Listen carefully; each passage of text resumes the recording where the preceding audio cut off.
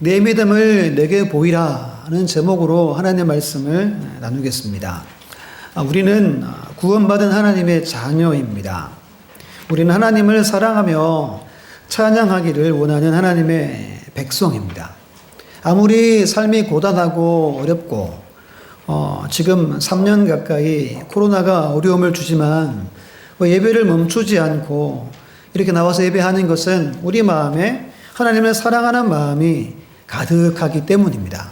그래서 여러분들이 지금 이렇게 경배하고 예배하고 있는 줄 믿습니다.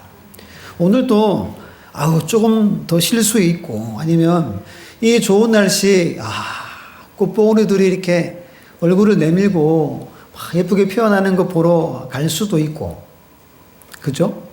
여가 생활 할 수도 있지만 이렇게 함께 모여 예배하는 건 우리가 구원받은 하나님의 자녀이기 때문입니다. 그럼 여러분 우리가 어떻게 구원을 받은 자녀가 되었을까요? 베드로전서 1장 9절에 이렇게 말씀해요. 믿음의 결국 곧 영혼의 구원을 받음이라. 어떻게 구원을 받았대요? 믿음으로 우리가 구원을 받았어요. 그 믿음이 우리의 영혼을 구원했다라고 말씀합니다. 또 이런 말씀이 있어요. 데살로니가서 후서 3장 2절에 믿음은 모든 사람의 것이 아니니라. 이것을 좀 애매해서 다른 성경을 찾아봅니다. 메시지 성경 보면 이렇게 말해요. 믿는 사람이라고 해서 다 믿는 것이 아니라는 것입니다. 무슨 말이죠? 내가 저 하나님 믿습니다 라고 하는데 그것이 믿음이 아닐 수 있다는 거예요. 잘못된 믿음이 있다는 거예요. 그러니까 바른 믿음이 있고 잘못된 믿음이 있다라고 성경에서 말합니다. 예수님이 공생의 사역을 하실 때 두 부류의 사람이 있었어요. 첫 번째는 안 믿는 사람이 있었어요. 누굴까요? 바리새인, 서기관 같은 사람들입니다. 그들 구약 말씀을 달달 외웠지만 예수님을 믿지 않았어요. 믿으려고 하지 않았어요. 두 번째 사람은 못 믿는 사람들이 있었어요. 누구냐 하면 이방인들입니다. 왜냐하면 이들이 말씀을 들을 수 없었어요. 하나님을 몰라서 믿지 못했습니다. 이 두 종류의 부류의 사람들이 오늘 우리 교회도 있을까요? 한 종류만 있어요. 왜냐하면 여러분들은 말씀을 지금까지 한두 편이 아니라 많이 들었어요. 들어서 누구를 알죠? 하나님을 알아요. 예수님을 압니다. 못 믿는 사람은 없어요. 왜냐하면 다 들었기 때문이죠. 그런데 우리 중에 안 믿는 사람은 있을 수 있을까요? 어떨까요? 있을 수도 있다는 겁니다. 안타까운 이야기지만 그럴 수도 있는 거예요. 그럼 여러분 안 믿는 죄와 못 믿는 죄가 있다면 어떤 게 더 클까요? 물론 안 믿는 죄가 더 크겠죠. 그런데 결과는 같아요. 안 믿으나 못 믿으나 결국은 지옥으로 떨어지는 겁니다. 또 기독교 역사 가운데 두 가지 신앙의 흐름이 있다고 그래요. 첫 번째는 믿음이 없이 행하는 사람이에요. 바리새인처럼 일주일에 꼭 2번씩 금식하고 11조를 하고 안식일을 기억해서 거룩하게 지킵니다. 그런데 자기 의를 위해서 행해요. 하나님의 역사는 관심이 없어요. 자기 영광 위해서 섬깁니다. 이 첫 번째 사람. 두 번째는 믿음은 있는데 행하지 않는 사람이 있어요. 입술로 저 청강교회 성도입니다. 제가 집사입니다. 하는데 생활하는 걸 보면 전혀 믿음의 모습이 보이지 않는 이 두 가지 흐름이 계속해서 교회 내에 있다라고 그렇게 말합니다. 오늘 본문은 야고보서예요. 야고보서는 예수님의 동생 야고보가 말씀을 기록해서 편지로 보낸 내용입니다. 예수님의 동생이에요. 근데 예수님을 믿지 않았습니다. 성경은 예수님을 배척했다고 말하고 형이죠, 형. 형님을 이렇게 너 형님 미쳤어 라고 이야기하기도 했던 인물이 야고보입니다. 근데 그 야고보가 십자가에 죽으시고 부활하신 주님을 만납니다. 그리고 그의 인생이 완전히 변화되어집니다. 12명의 제자보다 훨씬 더 늦게 예수님을 믿고 신앙생활을 출발했는데 초대교회 1세기 교회의 최고 1번 리더가 돼요. 쉽게 말하면 예루살렘 교회 담임 목회자가 야고보가 돼요. 그럼 베드로도 살아있고 요한도 살아있어요. 그런데 다 제치고 담임 목회자가 야고보가 됩니다. 이런 말씀 있잖아요. 먼저 된 자가 나중되고 나중된 자가 먼저 된다. 이 말씀의 산 증인이 야고보입니다. 그 야고보가 기록한 말씀이 오늘 본문입니다. 그는 1세기 예루살렘 교회의 최고의 리더예요. 그의 눈에도 이 두 가지 흐름이 보인 거예요. 믿음이 없는데 행하는 사람도 보이고 믿는다고 말하는데 행하지 않는 이들도 교회 내에 보인 거예요. 그래서 오늘 말씀을 기록합니다. 참된 믿음이 무엇인가? 믿음을 소유한 사람은 어떻게 행동하고 살아가는가에 대해서 아주 중요한 메시지를 던지고 있습니다. 오늘 말씀을 통해서 여러분들의 믿음이 내가 참된 믿음인지 점검하시고 우리 모두가 참 믿음의 사람들로 굳게 세워지기를 간절히 주의 이름으로 소망합니다. 두 가지를 볼 텐데요. 첫 번째, 화면을 보고 첫 번째는 질문입니다. 함께 읽습니다. 시작.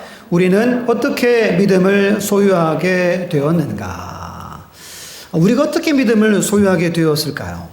로마서 10장 9절 10절 말씀을 화면을 보고 같이 한번 읽겠습니다. 시작. 내가 만일 내 입으로 예수를 주로 시인하며 또 하나님께서 그를 죽은 자 가운데서 살린 것을 내 마음에 믿으면 구원을 받으리라.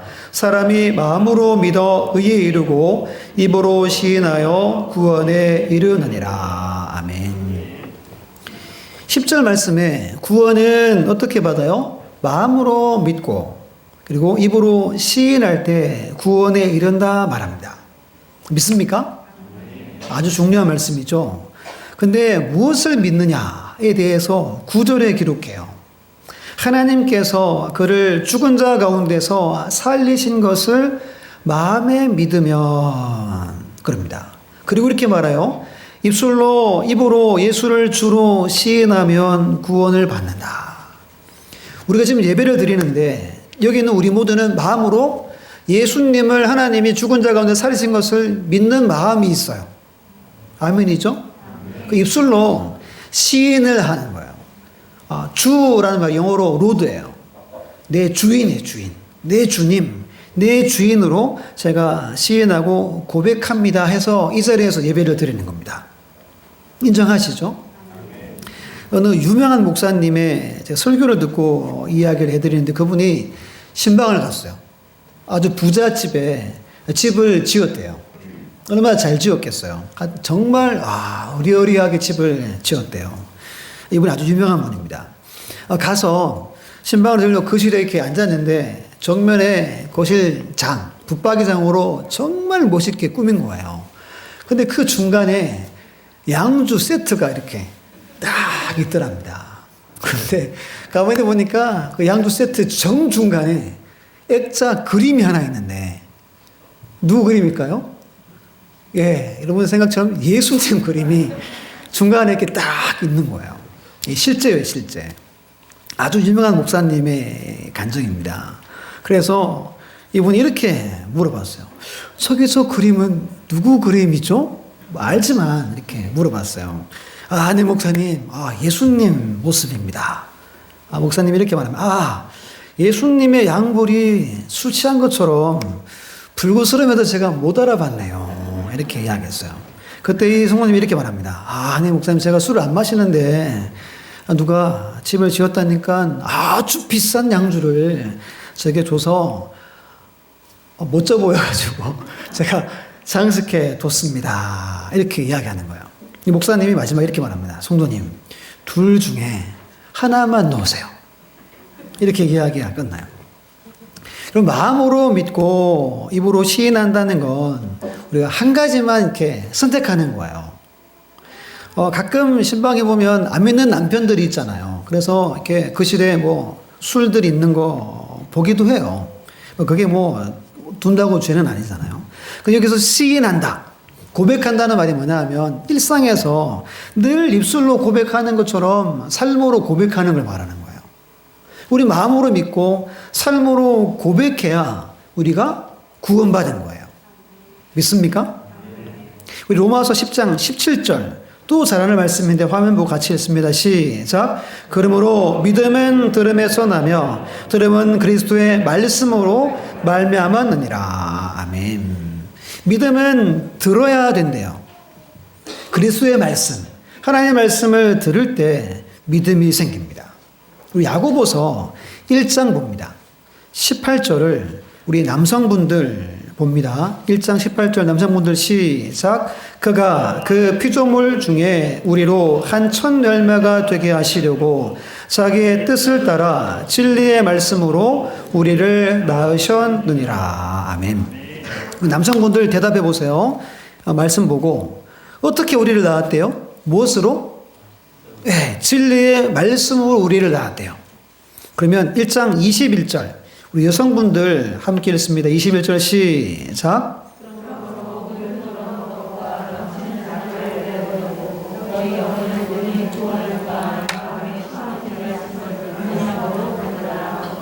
아멘. 무엇이 우리 영혼을 능히 구원한대요? 마음에 심어진 말씀이 아주 중요한 겁니다. 우리는 예수 그리스도를 믿습니다. 아멘이죠. 어떻게 우리가 믿게 되었습니까? 성경 말씀에 기록된 대로 하나님 말씀으로 우리가 태어났대요.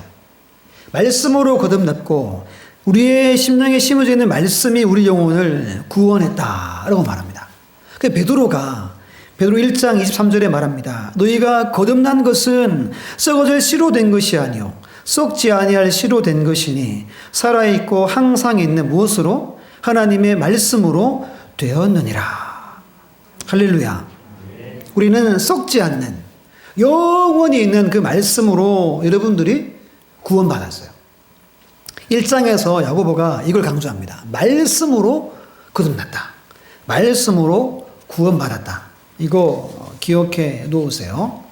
그럼 믿음이 우리에게 생기면 세 가지 특징이 있어요. 믿음의 정의이기도 한데요. 첫 번째가 확신하고 확실히 믿어요. 믿음은 확신입니다. 확실히 믿는다는 뜻이에요. 똑부러지게 믿는 것이 믿음입니다. 믿는 건지 아닌 건지는 없어요. 이도 저도 아닌 것은 믿음이 아니다 라고 하나님이 말씀하는 거예요. 믿음은 어떻대요? 확실해요. 확실해요. 첫 번째고 두 번째는 믿음의 뜻 중에 설득한다라는 뜻이 있습니다. 설득한다. 두 가지인데요. 믿음 있는 사람은 설득을 잘 당해요. 하나님이 너 이거 해라. 그러면 어떻게 해요, 여러분들이? 네, 하죠. 너 이거 하거라. 그러면 네, 하나님 제가 순종하겠습니다. 아멘 합니다. 믿음이 있으면 설득을 잘 당해요. 반대로 믿음 있는 사람은 하나님을 설득을 잘 시켜요. 하나님 저 지금 이거 필요한데요. 이거 지금 우리 자녀들한테 필요한데요. 이거 하나님 주셔야 됩니다. 하면 하나님이 뭐예요? 설득을 당해 주세요. 이걸 다른 말로 뭐죠? 기도하면 하나님이 대답해 주시고 하나님이 응답해 주세요. 이것은 믿음이 있는 사람만이 할 수 있는 거예요. 설득을 당하는 것도 그렇고 설득을 하는 것도 믿음이 있어야지만 할 수 있는 겁니다. 여러분, 기도의 응답은 하나님에게는 책임이 없어요. 누구에게 책임이 있죠? 내게 있는 거예요. 내게 믿음이 없거나 믿음이 없어서 구하지 않거나 기도의 응답은 순전히 우리에게 책임이 다 있습니다. 그럼 우리에게 더 믿음이 뭐한 거죠? 필요한 거예요. 더 믿음이 강해지시기를 축복합니다. 더 하나님을 설득하고 설득을 당하는 게 믿음이 좋은 거예요. 이 두 번째 특징이에요. 세 번째는 신용하다, 맡긴다라는 뜻이 있습니다. 믿음은 신뢰하는 거예요. 그래서 맡깁니다. 예를 들어서 누군가가 여러분들에게 아무 의미 없이 이렇게 돈을 예를 드는 거니까 10억을 줬다. 상상해 보세요. 여러분들이 받았어요. 집에 갔어요.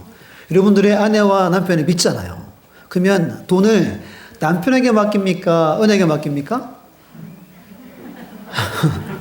돈을 아내에 맡겨, 은행에 맡겨요? 돈을 자녀한테 맡깁니까? 은행에 맡깁니까? 은행이죠.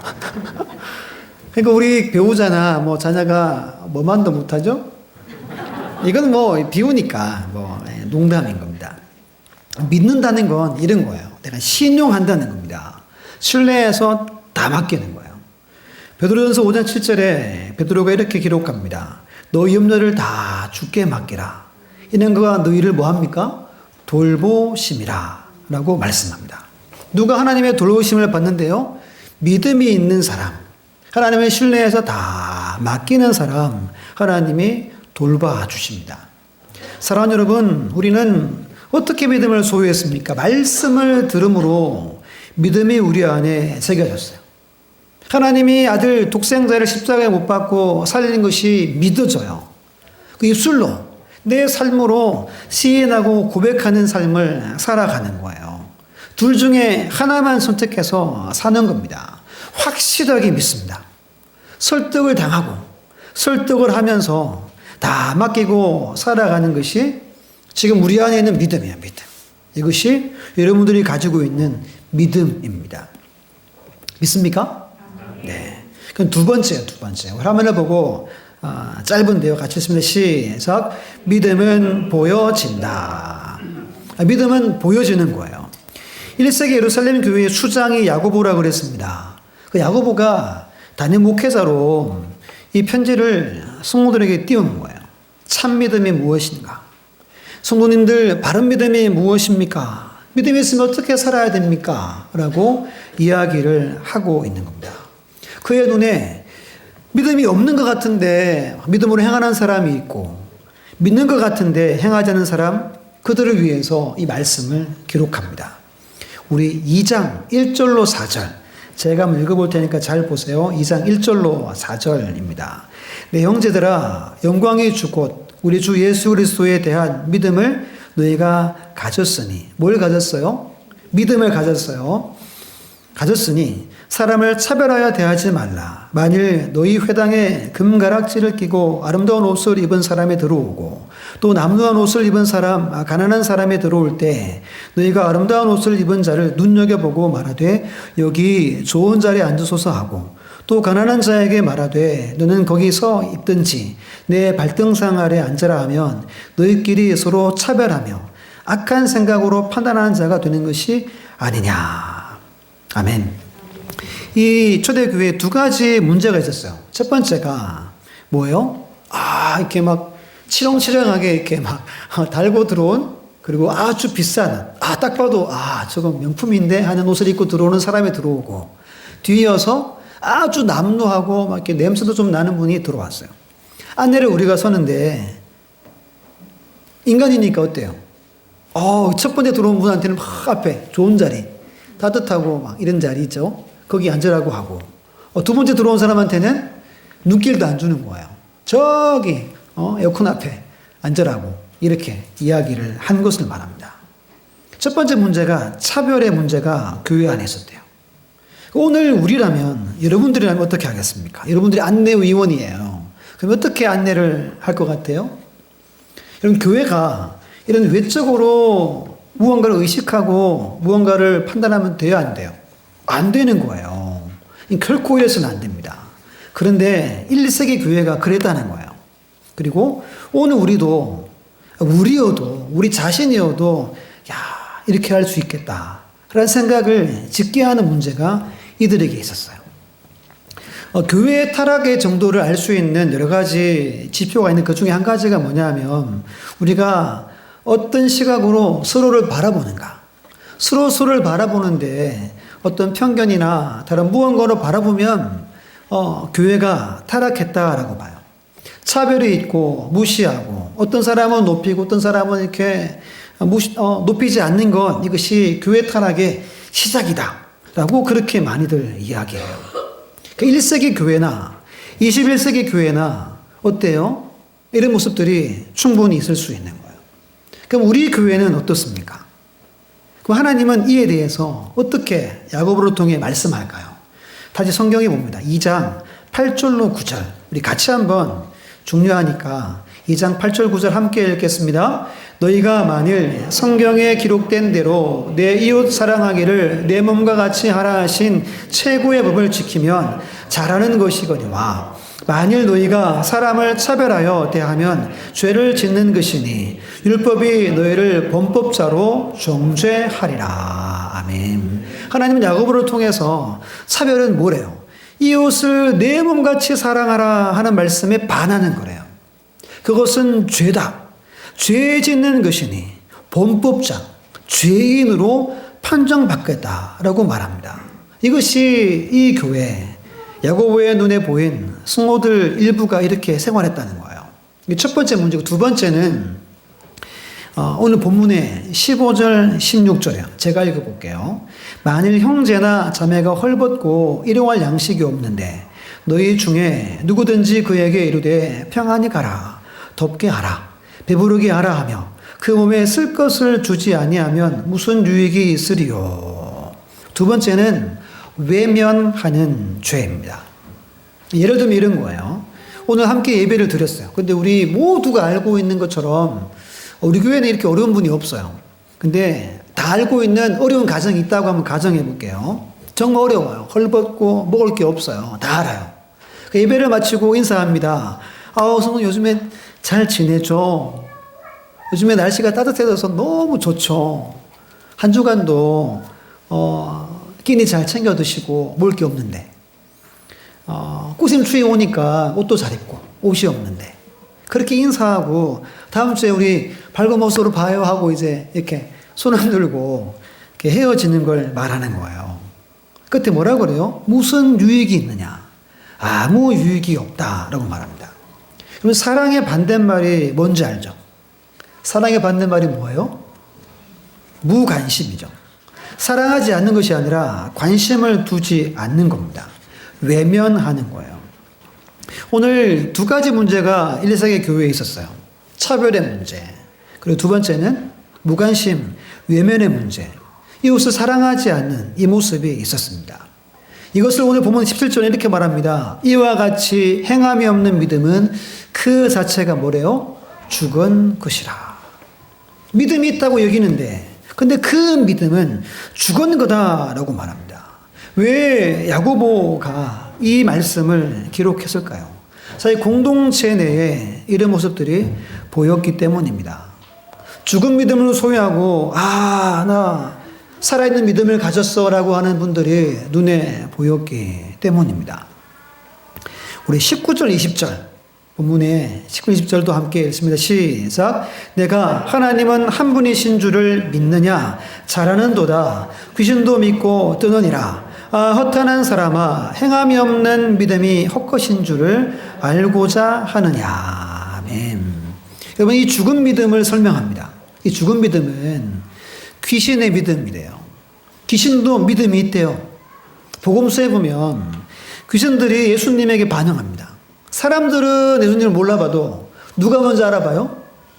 귀신이 먼저 알아봅니다. 그리고 막 두려워하고 벌벌 떨어요. 그리고 막 이렇게 부탁하죠. 저기 저를 넣어주세요. 부탁도 합니다. 근데 귀신들이 하나님을 압니다. 하나님을 믿어요. 하지만 거기까지인 거예요. 거기까지. 죽은 믿음이 그와 같은 겁니다. 오늘 지금 야고보가 1장에서 말씀으로 우리가 구원받았대요.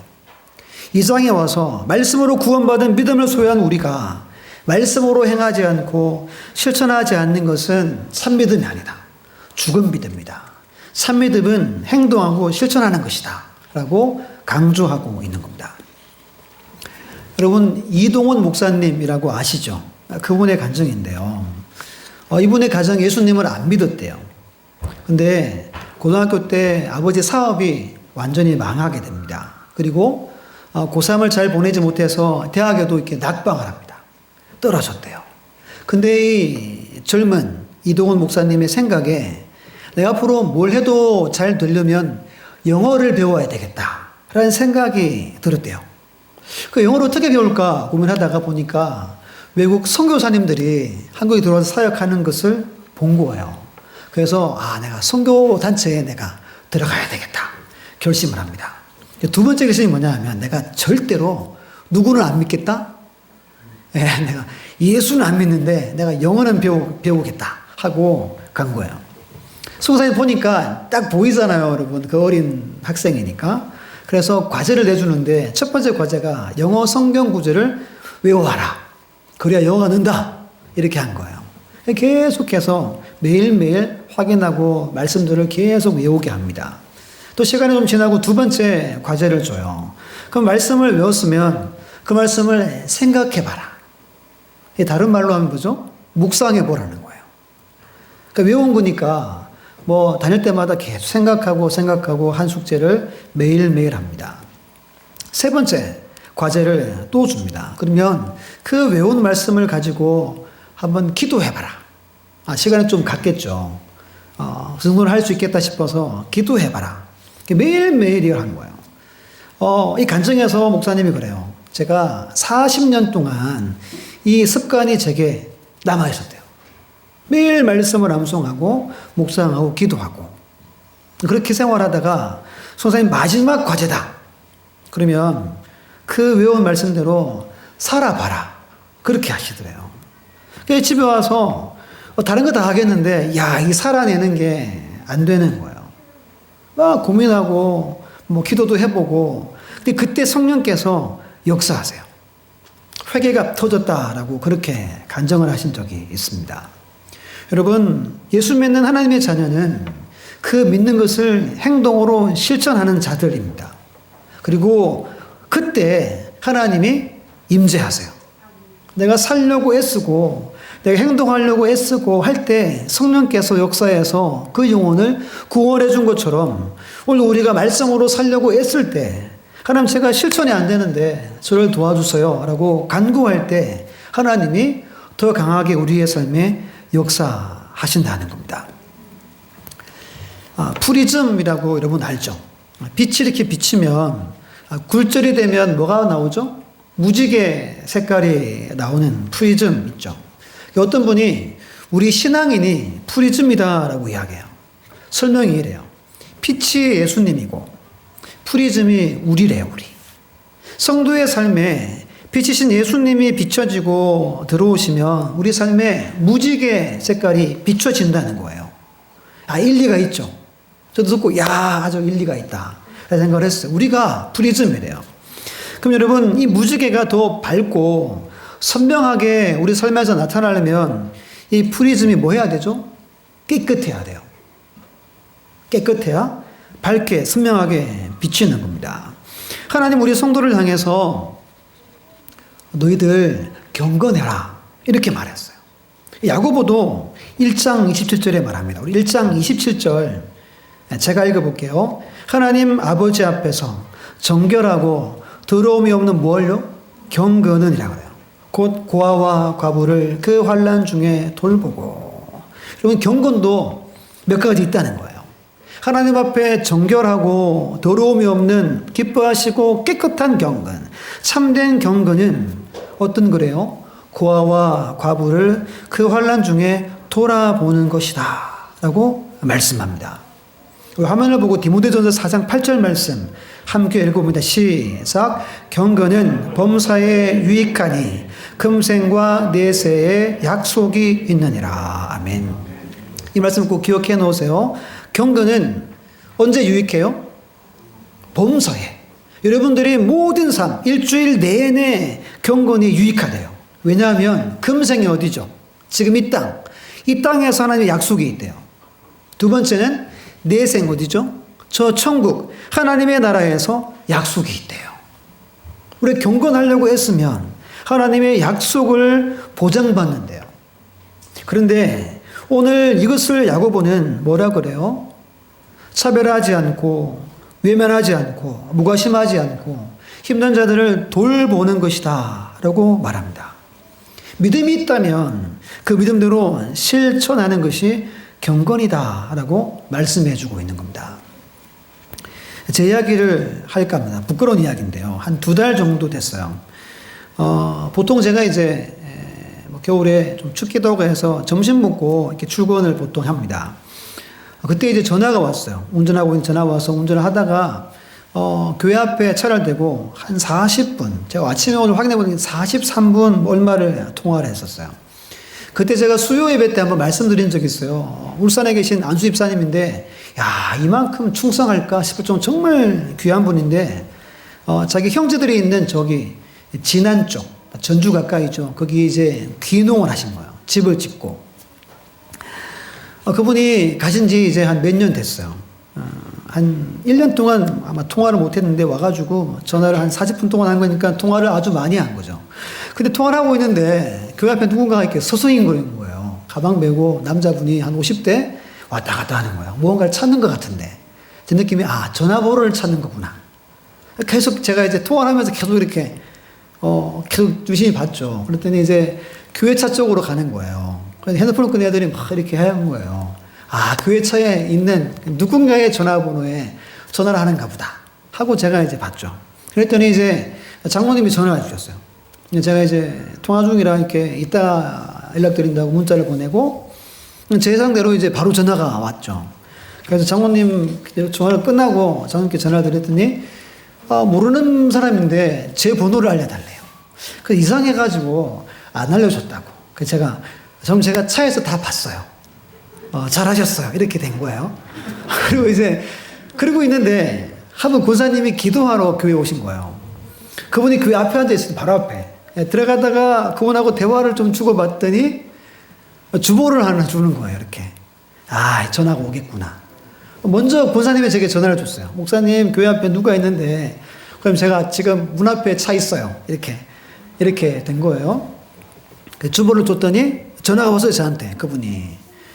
뭐하러 전화 왔겠어요? 예상하는 것처럼 도와달라 이런 전화였어요. 제가 뭐라고 한지 아세요? 제가 어디 있었어요? 정문에서 한 2m 앞에, 3m 앞에 있었어요. 제가 멀리 있어요. 그랬어요. 제가 어디 나와서 멀리 있는데, 정말 계속 기다리겠다는 거예요. 제가 멀리 있어서 못 간다고. 그렇게 해서 이제 그분이 이제 갔어요. 저는 이제 내려가지고 사무실 올라갔어요. 이때 생각이 계속 나는 거예요, 이때. 내가 왜 그랬을까? 내가 왜 그랬을까? 오늘 이야기하는 건 제가 회개하는 거, 회개. 그때 이런 생각이 했어요. 하나님이 안 마주치게 하려고 제가 차에 있을 때 보게 했구나. 그냥 이렇게 핑계를 댄 거죠. 제가 이렇게 한 거는 제가 사역하면서 아니면 이제 저희 아버지 교회가 옆에, 사택이 옆에 있었어요. 교회 옆에. 늘 이런 분들이 많이 찾아왔어요. 엄마 몰래 이제 겨울 이렇게 잠바도 제가 주고 제가 그런 사람인데, 내가 왜 그랬을까? 이렇게 자책도 하고, 한 번씩 생각이 계속 나는 거예요. 일부 교회에서는 구제비를 정해놨어요. 예전에 사역할 때는 1,000원을 줬고, 제가 울산에 있을 때는 2,000원을 줘요.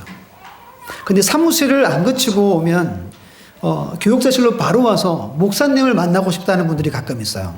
목사님을 만나고 싶다. 그러면 제가 보통 다 만납니다. 만나면 늘 같아요. 식사비가 없다. 아니면 꼭 차를 타고 타지로 간대요. 타지 갈 차비가 없다고 그래요. 그러면 사무실 보내면 얼마 받고 가요? 2,000원 받고 가니까 사무실로 보낼 수 없죠. 그리고 또 제가 만났으니까 어떻게 해요? 그러면 제 사비로 몇만 원씩 주는 거예요.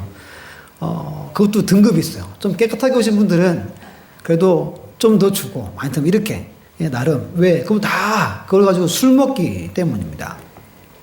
아무튼 제가, 처음으로 어떻게 보면, 더 많은 분들이 왔지만, 교회 문이 잠겨 있어서 간 분이 있겠지만, 제 눈에 본 분인데, 제가 뭐 한 거죠? 외면한 거예요. 무관심한 거예요. 아마 오늘부터 마음이 좀 편해지지 않을까, 그런 생각이 좀 들어요. 우리 잠언 2구절을 성경을 잠깐 앞에 볼게요. 잠언 14장 31절 함께 읽습니다. 가난한 사람을 학대하는 자는 그를 지으신 이를 멸시하는 자요, 궁핍한 사람을 불쌍히 여기는 자는 주를 공경하는 자니라. 아멘. 잠언 19장 17절도 있습니다. 시작. 가난한 자를 불쌍히 여기는 것은 여호와께 구워 드리는 것이니 그의 선행을 그에게 갚아주리라. 아멘. 하나님은 구약의 하나님이나 1세기의 하나님이나 오늘 21세기 하나님이나 같죠? 믿습니까? 같아요. 그 하나님은 가난한 자를, 연약한 자를 돌보는 것을 하나님을 공경하는 것이라고 여기십니다. 선행을 베푸는 것, 불쌍히 하는 것을 너 내게 꾸이는 것이다.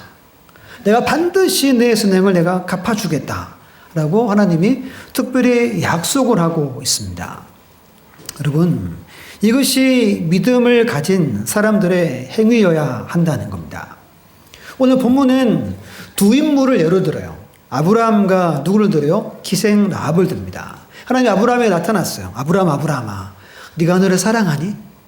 그러면 너의 아들 독자를 내게 번제로 드려라. 하나님 말씀합니다. 아브라함이 어떻게 해요? 하면 저 아들도 사랑하지만 하나님을 가장 사랑합니다. 그런 마음으로 아들을 번제로 어떻게 해요? 바칩니다. 오늘 본문의 23절 보면 제가 읽어볼게요. 이에 성경에 이른바 아브라함이 하나님을 믿으니 이것을 의로 여겼다는 말씀을 뭐 했어요? 이루어졌고 그는 하나님의 벗이라 칭함을 받았나니. 아멘. 창세기 15장에 보면 아브라함이 여호와를 믿으니 여호와께서 이를 그의 뭐로 여겼어요? 의로 여겼어요. 이때부터 30년 후에 아들을 바치는데 그때 하나님이 뭐라고 하냐면 말씀이 이루어졌다는 거예요. 내 믿음이 이루어졌다는 겁니다. 성취되었다라고 말씀합니다. 본문의 22절 말씀 우리 같이 한번 20절 큰 소리로 읽겠습니다. 시작. 믿음이 그의 행함과 함께 일하고 행함으로 믿음이 온전하게 되었느니라. 아멘. 여러분, 믿음이 무엇으로 온전하게 된대요? 행함으로. 이 말은 믿음이 행함이 나타나야 믿음이 완성된다는 이야기입니다. 이 첫 번째 인물이에요. 두 번째는 기생 라합이에요. 여리고성의 기생 라합 우리가 잘 알죠. 이때 기생은 몸을 파는 여자입니다. 그런데 이 여인에게 믿음이 생겼어요. 하나님이 하늘과 땅의 하나님으로 믿어져요. 그리고 그 하나님이 우리 성을 무너뜨리고 이 땅을 이스라엘 백성에게 줄 것을 이 여인이 믿어요. 확실하게 믿어요. 그래서 두 정탐꾼을 설득해요. 내가 당신들을 살려줄 테니까 우리 가족들, 형제들을 다 살려주시오.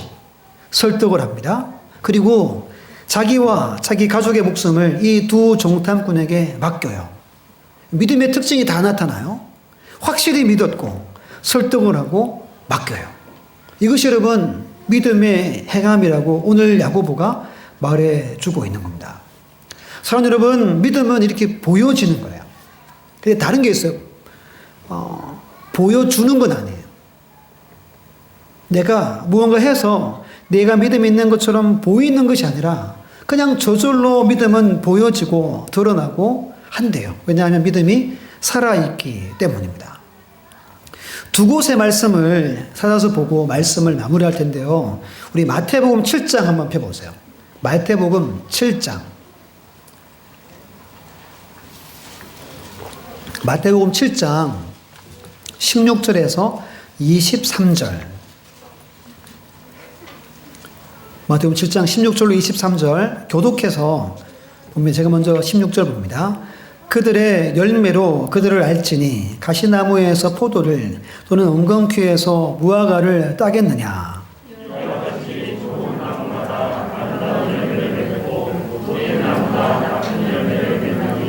좋은 나무가 나쁜 열매를 맺을 수 없고 못된 나무가 아름다운 열매를 맺을 수 없느니라.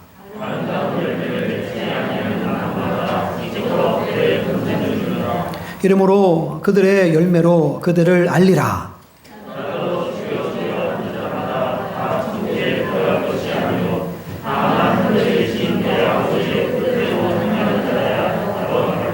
그날에 많은 사람이 나더러 이르되 주여 주여 우리가 주의 이름으로 선지자 노릇하며 주의 이름으로 귀신을 쫓아내며 주의 이름으로 많은 권능을 행하지 아니하였나이까 하리니 그때 내가 그들에게 밝히 말하되 내가 너희를 도무지 알지 못하니 불법을 행하는 자들아 내게서 떠나가라 하리라. 아멘. 나무는 뭘로 압니까? 열매로 나무를 압니다. 그러면 우리 교회는 어떤 나무일까요? 분명히 이렇게 말하죠. 좋지 못한 열매를 맺는 나무는 찍혀서 불에 던져질 것이다 라고 말씀합니다. 아무리 크게 주여 주여 주님 제가 옛날에 이거 했잖아요. 아무리 소리를 질러도 예수님 뭐라 그래요? 내가 너를 도무지 알지 못하겠다. 이 불법을 행하는 자야 내게서 떠나가라. 이 말은 지옥에 가라 이런 의미입니다. 열매로 나무를 알 수 있는 거예요. 꼭 기억해야 할 것은 우리는 믿음의 나무입니다. 우리는 믿음의 열매를 맺어야 돼요. 그 믿음의 열매가 행함과 실천이라고 말합니다. 한 곳만 더 찾아봅니다. 우리 요한일서 2장 3절 봅니다. 요한일서 2장 3절 말씀입니다. 신약성경 마지막에 있죠. 계시록 앞에 요한일서 2장 3절 말씀 함께 읽습니다. 시작. 우리가 그의 계명을 지키면 이로써 우리가 그를 아는 줄로 알 것이요. 아멘. 뭐라고 말해요? 우리가 계명을 지키면 이로써 우리 믿는 사람이 그를 하나님을 예수님을 아는 줄로 다른 사람이 안다는 거예요. 이제 믿음은 숨길 수 없다는 겁니다. 믿음은 다른 사람들에게 반드시 드러나는 게 믿음이래요. 바울이 빌립보 4장에서 이런 말 했어요. 무엇에든지 사랑받을 만하며 무엇에든지 칭찬받을 만하며. 우리는 어딜 가나 누구에게나 뭐 받아야 됩니까? 사랑받을 만하고 칭찬받을 만해야 됩니다. 왜? 이것이 믿음의 열매이기 때문인 거예요. 이제 말씀을 다 전했습니다. 오늘 야고보가 1세기 교회 그리고 지도자, 목회자로 편지를 썼다고 했잖아요. 그 1세기 교회와 지금 21세기 교회를 비교할 수 없어요. 이때 교회는 위대하고 멋진 교회였어요. 이들이 전도할 때 이런 질문을 던졌대요. 화면에 나올 텐데 같이 한번 읽어볼게요. 시작. 당신들은 우리처럼 진정으로 사랑하는 사람을 본 적이 있습니까? 이렇게 전도했대요. 그러면 사람들이 대답을 못하는 거예요. 맞으니까. 그래가지고 이렇게 코 껴가지고 등록을 했다는 거예요. 이렇게 전도하는 교회가 있습니까? 없어요. 진정으로 사랑하는 사람들을 봤습니까? 이들은 그렇게 사랑했어요. 근데 왜 야고보가 이런 말씀을 기록했을까요? 일부 중에 믿음이 있다고 하지만 행하지 않는 사람들이 있었던 거예요. 야고보의 소망이 뭔지 보이죠? 온 성도가 행함으로 믿음이 완성되는 것을 야고보가 보기를 원한 겁니다. 그 마음이에요. 저도 그 마음입니다. 저를 비롯해서 저도 부족하니까 우리 모두가 정말 믿음의 열매가 주렁주렁 맺히고 여러분들이 어딜 가나 교회에 있든지 가정에 가든지 직장에 가든지 사랑받을 만하고 칭찬받을 만하고 존경받는 믿음의 사람이 되어야 한다는 겁니다. 교회에서만 인정받는 신앙은 반쪽 신앙인 거예요. 어쩌면 죽은 믿음일 수 있다고 우리에게 경고하고 있습니다. 아름답고 건강한 열매를 맺는 우리 교회와 여러분들 가정과 여러분들 모든 삶이 되시기를 간절히 주의 이름으로 축원합니다.